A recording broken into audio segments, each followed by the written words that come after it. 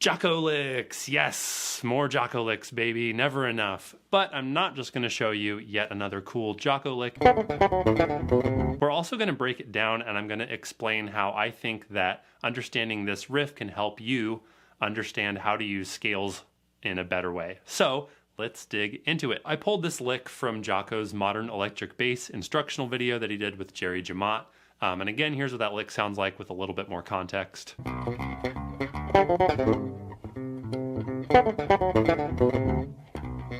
So Jerry Jemmott is just playing over a D7 chord for Jaco to solo on. So we're just thinking D Mixolydian here. And we can easily analyze all these notes as part of a D Mixolydian scale. 6th, 5th, root, 4th, 3rd, 5th, 9th, root, 3rd, 6th, 7th, root. But I actually just want to focus on the first handful of notes. We're not even going to get to that flat 7. Because I want to point your attention to a couple cool things. Let's just look at those first couple notes. So what we have is the 6th, the 5th, and the root. The root and the 5th are both part of the triad of the scale, right? Which is the root, 3rd, and the 5th. And the 6th is not. So we're resolving a non-triad tone down a step to a triad tone, and then skipping down another triad tone from there. Let me explain what I mean. So 6, 5, 1. If we went down from the 5th to the next triad tone down, that would be the 3rd, right? So we're skipping 1. So 6, 5, skip the 3rd to go to the 1. And now the reason I'm bothering all these numbers is that structure repeats. We start on the next non-triad note, which is the 4th, resolve it down to the 3rd, which is a triad note, and then skip a triad note, which is the root, to go to the 5th. So 6, 5, 1, 4, 3, 5. See how it's the same pattern? Then we do it again. The 9th, which is not a triad tone, resolves down to the root, and then we skip the 5th and go down to the 3rd. So those are all the same idea, just sequenced through the scale. So we're starting each of those groups of 3 on either the 6, the 4, or the 2, which you might notice is the 2 minor triad. And those notes are all a step above the 1 major triad in the scale. So he's just resolving down to the triad tone, but then he's adding the little skip in at the end.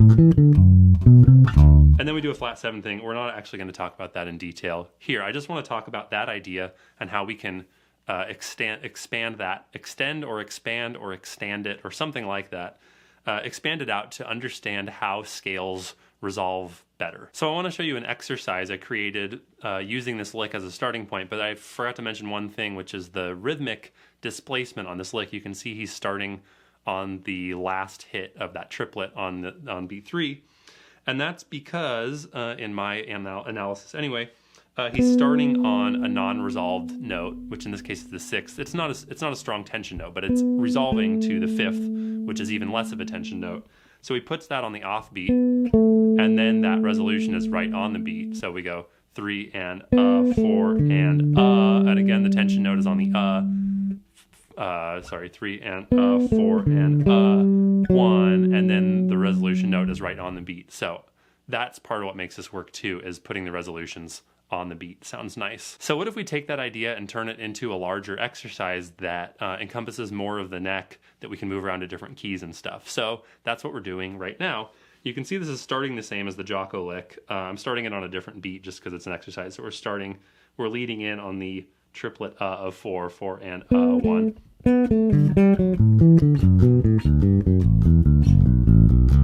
Is what it sounds like. Let me play that for you with the metronome one time. 2, 3 and 4 and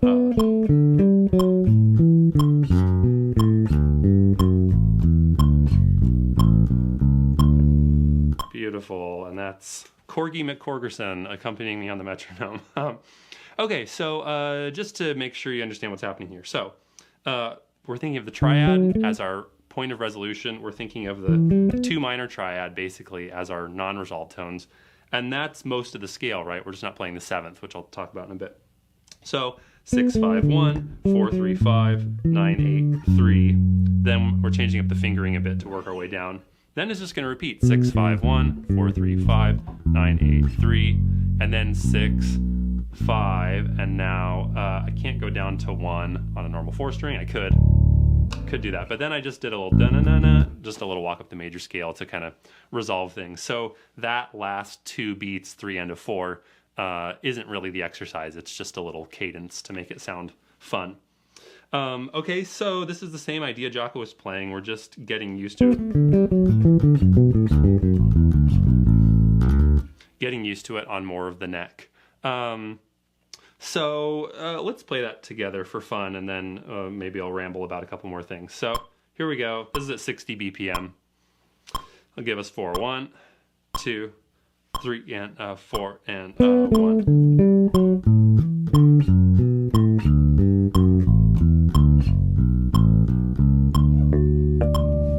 So here's why I think getting good at this exercise will help you use scales in a more musical way.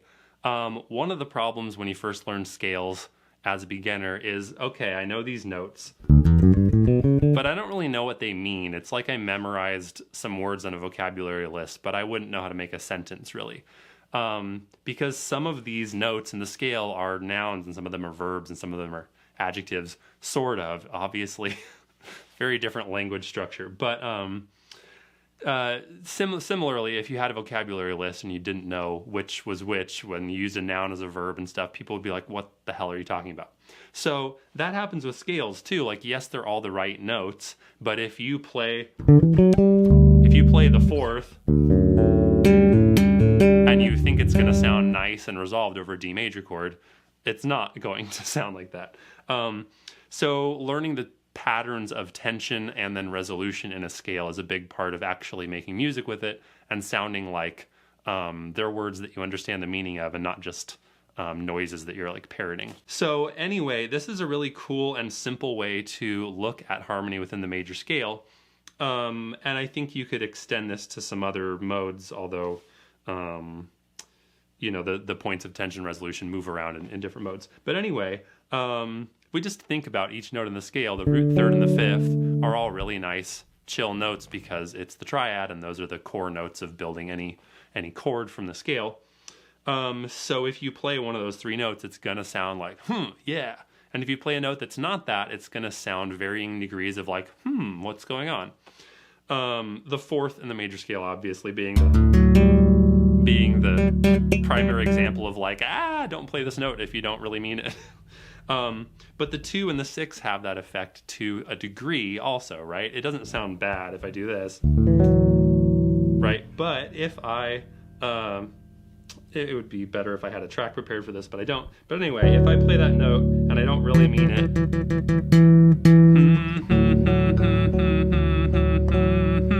it really needs to resolve to the third or and you feel the relaxation at that point, partially because I stopped singing, but you also feel the relaxation because you're back on a triad tone. And even if you think about like a tonic major 7 chord, which is a fancy way of saying if your home base is a major 7 chord, like in a more jazzy context than a triady context, that 7 is still kind of a tension note. It's not, you wouldn't really call it a tension note in jazz analysis, but it creates some amount of tension that's not there if you're just playing a triad. So the 2, the 4, the 6, and the 7 are kind of tensiony compared to those triad notes. So this is a really cool way to just get used to resolving those tones. Because if you have a good feeling for when that tension happens and what feels resolve-y to do with it, which in this case is resolving downwards, you can just make better musical choices. So I think that's the end of my rant. Let me think. Nope, that's it. That's my best sales pitch for why I think this is worth spending time on. And spending time on it means learning it in every key, of course, which you can just extrapolate from what was written in this video, hopefully. And if you have trouble with that, I'm going to plug my Beastly Scales and Arpeggios books, which you can get at joshfossgreen.com/books, because you should really be able to navigate the neck freely without getting stumped if you're at this kind of intermediate advanced level of trying to solo and come up with cool ideas. Not being able to navigate your instrument is really not doing you any favors. So the exercises in those books I think are really, really helpful. And I also have free videos on YouTube where I talk you through that stuff. What else do I want to say to you? Thanks for watching. before I start thanking you like we do at the end of YouTube videos. Do this in minor keys also. It sounds really cool. And it works similarly. The minor triad is the resolution point, and then the 2 diminished triad is kind of your tension point. So play with that also. Thank you for watching. I hope that this video helps you play your scales more musically, and I will have a sheet music PDF for my kind supporters over at Patreon, plus a bonus video where I'll talk about how the sevenths factor into this and how to kind of tweak the exercise. And I'll also talk about doing an ascending version of this exercise, which I didn't get to today. So if you'd like to support me on Patreon, you can. If you want to know when I put new lessons on this channel on those very special occasions, then click the subscribe button. It will help you know that. And then click the notification bell, because it'll really help you know that. Otherwise, YouTube will bury these videos because the thumbnails aren't optimized and I'm just teaching you bass like a normal person. So do that if you want to. Thank you for being here, and I'll see you soon-ish.